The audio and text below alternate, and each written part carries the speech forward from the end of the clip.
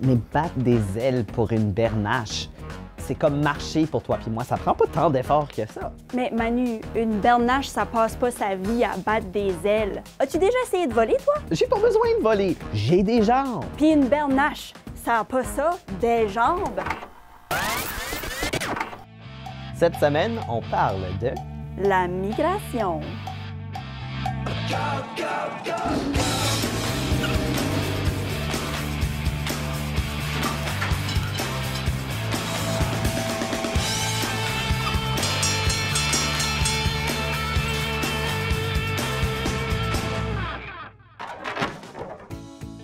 Ah, Manu, les bernaches peuvent parcourir autour de 1000 km dans une journée. Ouais, mais c'est 1000 km dans les airs, ça fait que... Tiens. Ça fait que quoi? Ben, si tu m'avais dit le caribou peut parcourir 1000 km dans une journée, ça m'aurait impressionné. Mais les bernaches volent. C'est comme tricher. Qu'est-ce que tu veux dire, c'est comme tricher?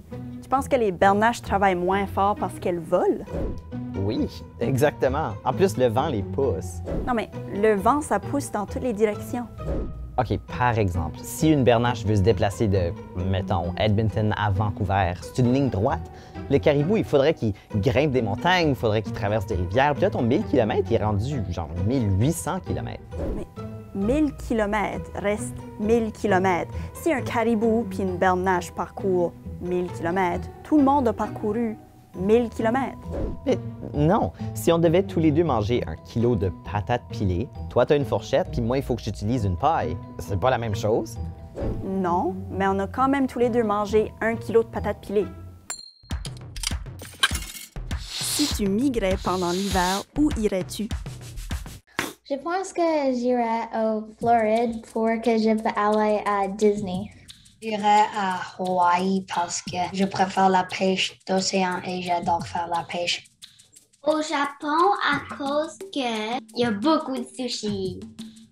J'irai en migration vers le Maroc. C'est juste un pays chaud, il n'y a pas de neige là-bas. Alors, je pourrais pas me geler les doigts. J'irai aux Bermudes pour aller faire de la plongée en apnée. Dans une caverne. Plus chaud place que je trouve. J'irais au Pérou parce que mon père vient de là-bas, fait que toute ma famille du côté de mon père est là-bas. J'irais soit en Afrique ou en Amérique du Sud. On migre souvent dans des endroits chauds et pourquoi pas explorer de nouveaux environnements. La ville de North Battleford en Saskatchewan a été fondée en 1906 sur la rive nord de la rivière Saskatchewan-Nord pour accommoder le chemin de fer, au chagrin du village de Battleford sur la rive sud, qui était déjà bien établi. North Battleford a rapidement dépassé sa voisine en population et en industrie. Et aujourd'hui, on s'y rend pour visiter l'école Père Mercure. On y va. Je mets de côté mon esprit compétitif quelques instants, le temps de faire un jeu coopératif. Nos participantes sont... Olivia Et Jordan. Vous allez devoir travailler ensemble pour associer le bon trajet migratoire au bon animal. Combien de bonnes réponses pensez-vous qu'elles vont avoir? 2! Pas trop confiants dans leurs camarades de classe, hein? Ben, bonne chance, c'est parti. Je crois que celui-là doit aller ici parce qu'ils n'ont pas comme beaucoup de fourrure. Donc je crois qu'il peut comme résister au froid. Ah, ok. Et bon, moi, je pense que celui-là devrait aller ici parce que Arctique. Oh non, c'est le stand Arctique. Ça devrait aller ici.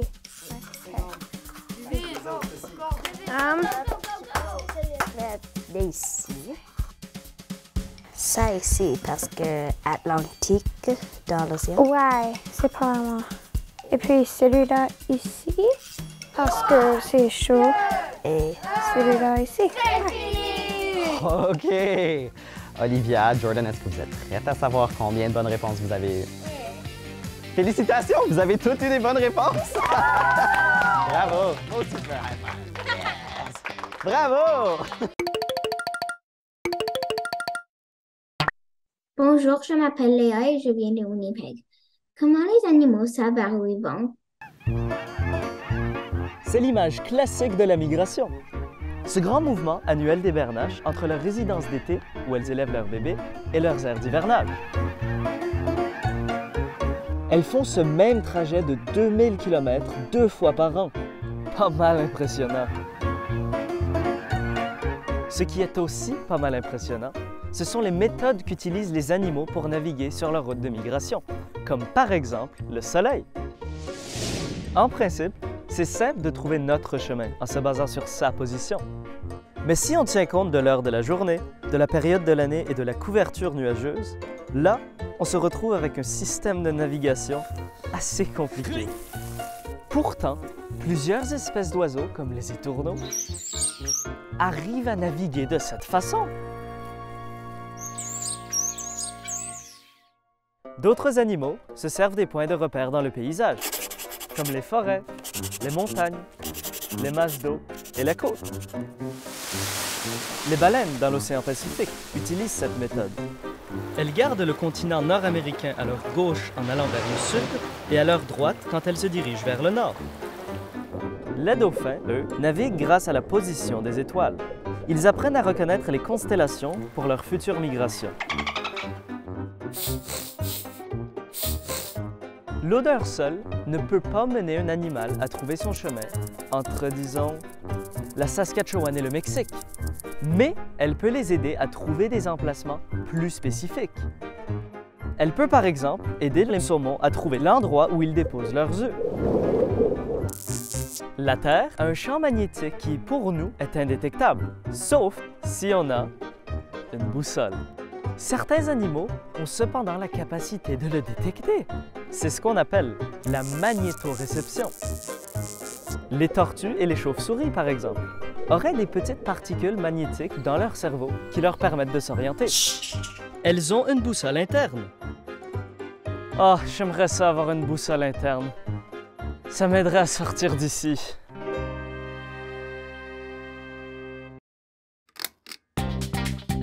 Savais-tu que la méthode pour étudier la migration des animaux s'appelle la télémétrie?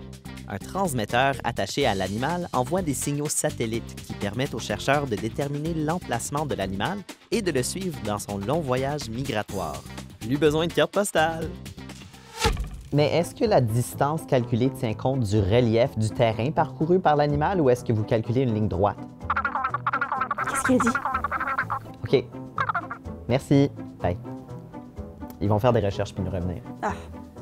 OK, ben revenons à l'argument des efforts physiques de chaque animal. OK. Le caribou, il peut prendre des petites pauses collation. La bernache, non. Oui, je les ai vus. L'autre jour, je suis passé à côté d'un gros groupe de bernaches qui se la coulaient douce dans un étang. Ils étaient clairement pas pressés de faire leurs 1000 km. OK, ça sonne pas trop scientifique, ton affaire. Allez. Comment tu sais qu'ils n'avaient pas fini leur trajet?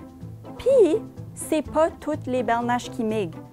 C'est beaucoup plus difficile pour eux de descendre, prendre une collation, puis remonter dans le ciel. Les bernaches volent tous les jours. Ça peut pas être si compliqué que ça. Leurs corps, ils sont faits pour voler. Je demanderais pas à une bernache de migrer à pied. OK, apparemment que les caribous marchent pas tous les jours. Quoi, ils se font pousser par le vent, eux aussi? Toi aussi, tu peux voyager 1000 km en une journée en visitant notre site web. Mercredi, on t'initie à l'Aviron, à Vancouver, à Cap ou pas Cap. Vendredi, on part en randonnée à Edmonton, dans une parodie de jeux télévisés. Il y a tout ça et plus encore à radiocanada.ca. On y va! Si tu migrais pendant l'hiver, où irais-tu? J'irais sûrement en Alaska. Des belles montagnes. Le Mexique, c'est comme incroyable. Comme la végétation, les personnes. Probablement les États-Unis parce que c'est encore proche du Canada. Oui, c'est pas trop chaud. En Bosnie parce que c'est là où mes grands-parents y habitent. N'importe où avec une plage. J'irai au désert parce qu'il fait plus chaud là et aussi parce qu'il y a beaucoup d'animaux intéressants. Savais-tu que les libellules sont les insectes qui se déplacent le plus loin pour migrer? Les chercheurs estiment que leur migration du sud de l'Inde jusqu'à l'est de l'Afrique est un aller-retour d'environ 14 000 à 18 000 km, soit le double du trajet des papillons monarques.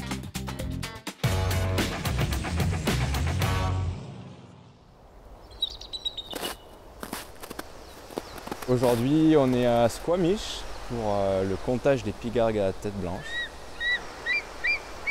Je m'appelle Alexandre Crouzet, je suis cuisinier et photographe.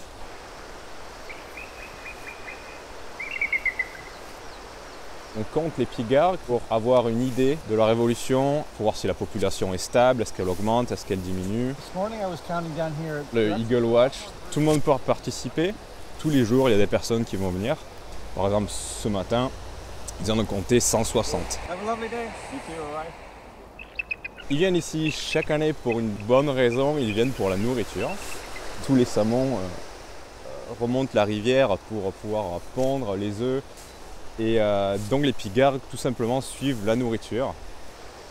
C'est marrant parce que c'est vraiment le pigargue qui m'a amené à la photo. Je fais ça maintenant presque tous les jours à essayer de trouver de nouveaux animaux. Donc voilà, c'est vraiment ouais, cette passion. Il est proche celui-là. Voilà pourquoi je fais de la photo d'animaux ici.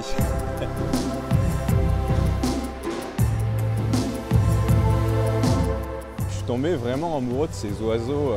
En Europe, il y en a quelques-uns, mais plus au nord, en Allemagne, tout ça. Et c'était la première fois que j'en voyais vraiment d'aussi près. Ils sont tellement majestueux et très gros en plus, quoi. C'est important de comprendre leur migration pour plusieurs raisons, je pense. Donc, la première raison, c'est pour pouvoir faire des photos plus facilement, évidemment. D'être au milieu de tout ça, de pouvoir les observer, faire des photos où ils sont en vol, où ils vont se battre pour attraper du poisson. Si je vois quelque chose et que je le rate, je vais être un peu déçu de ma journée. Donc voilà.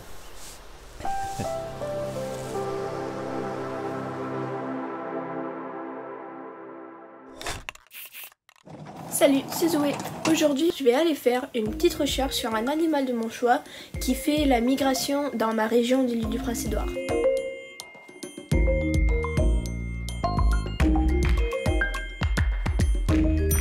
Et maintenant, il faut que je fasse quelque chose qui va leur aider pendant leur migration. Ok, donc j'ai des graines ici que je vais aller planter dehors. Ceci, ça va faire grandir une plante que les monarques ils aiment beaucoup.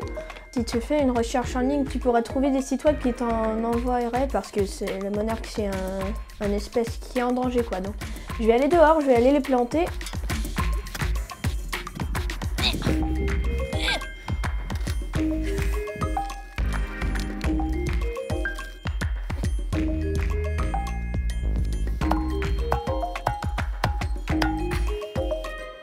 J'espère que ça va grandir assez vite. À la prochaine. Mais battre des ailes pour une bernache, c'est comme marcher pour toi puis moi. Ça prend pas tant d'efforts que ça. Mais Manu, une bernache, ça passe pas sa vie à battre des ailes. As-tu déjà essayé de voler, toi? J'ai pas besoin de voler. J'ai des jambes. Puis une bernache, ça a pas ça, des jambes? Juste parce qu'un oiseau vole veut pas dire que sa vie est plus simple. Si on donnait des ailes à ton caribou, serais-tu impressionné s'il pouvait parcourir 1000 km dans une journée? Ça dépend. Est-ce qu'il a des ailes de bernache ou est-ce que ses ailes sont de taille proportionnelle à son corps? OK, mais là, on s'entend que s'il y a des ailes de bernache, c'est plus vraiment un caribou. C'est plus comme un carinache ou un bernabou. Oui, mais s'il y a des ailes tout court, c'est plus... OK. On pourrait s'éterniser là-dessus. Est-ce qu'on s'entend d'être en désaccord? OK, oui, t'as raison. Bon. Ouais, c'est vrai que ça se compare pas vraiment. Ouais, surtout pas si ça prend des bernabous pour faire la comparaison. Mais le saumon, il doit nager à contre-courant. OK, non, Manu. On pourrait calculer la force de l'eau versus la force du vent. Non, puis merci. les bernaches n'ont pas besoin de grimper des chutes d'eau. On verra. C'est parti. Mais c'est pas vraiment parti. Comment tu sais qu'il finissait pas... Cette semaine, On parle de... la migration. Hi, Jordan! Merci. Bye. Ils vont faire des renaissances. Il y a rien de ça. Bianca Richard!